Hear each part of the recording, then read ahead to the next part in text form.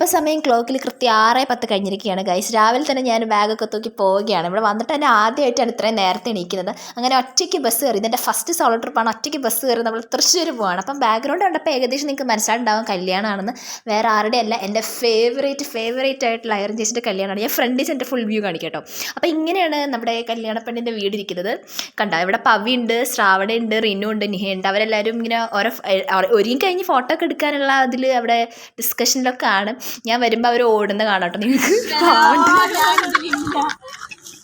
Guys, കല്യാണ പെണ്ണ ഒന്ന് കറങ്ങിക്കൂടെ, എന്തേലൊക്കെ കാണിച്ചു തന്നോടെ.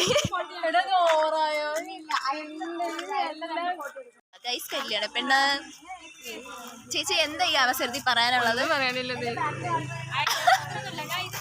ഇതാണ് ചേച്ചിയുടെ മനസ്സമ്മതം നടക്കാൻ പോണ ഹോൾ കേട്ടോ. ഒരു ഹായ് പറഞ്ഞേ, എന്തായാലും കണ്ടുപിടിതല്ലേ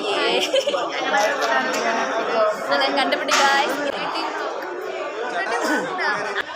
ചേച്ചിയുടെ എൻട്രി ഗായ്സ്, നോക്ക് പറയാതിരിക്കാൻ പറ്റില്ല. ചേച്ചിൻ്റെ കസിൻസ് ഒരു രക്ഷയില്ല, ഭയങ്കര വൈബായിട്ടുള്ള ഒരു വൈബ് ഫാമിലി ആയിരുന്നു. വൈബ് കസിൻസിൻ്റെ വൈബ് ഫാമിലി.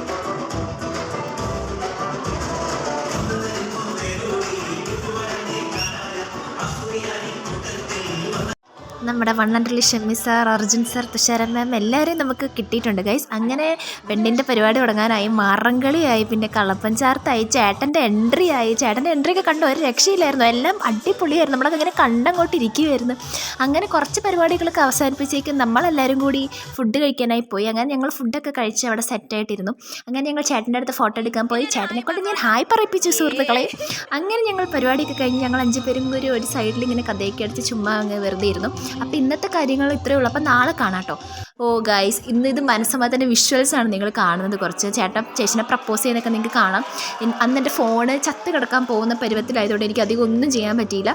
അപ്പം നിങ്ങൾ തൽക്കാലം ഈ ഫോട്ടോസൊക്കെ കണ്ട് സമാധാനിക്കണം ഗൈസ്, സമാധാനിക്കണം. Okay, bye, see you all in next vlog.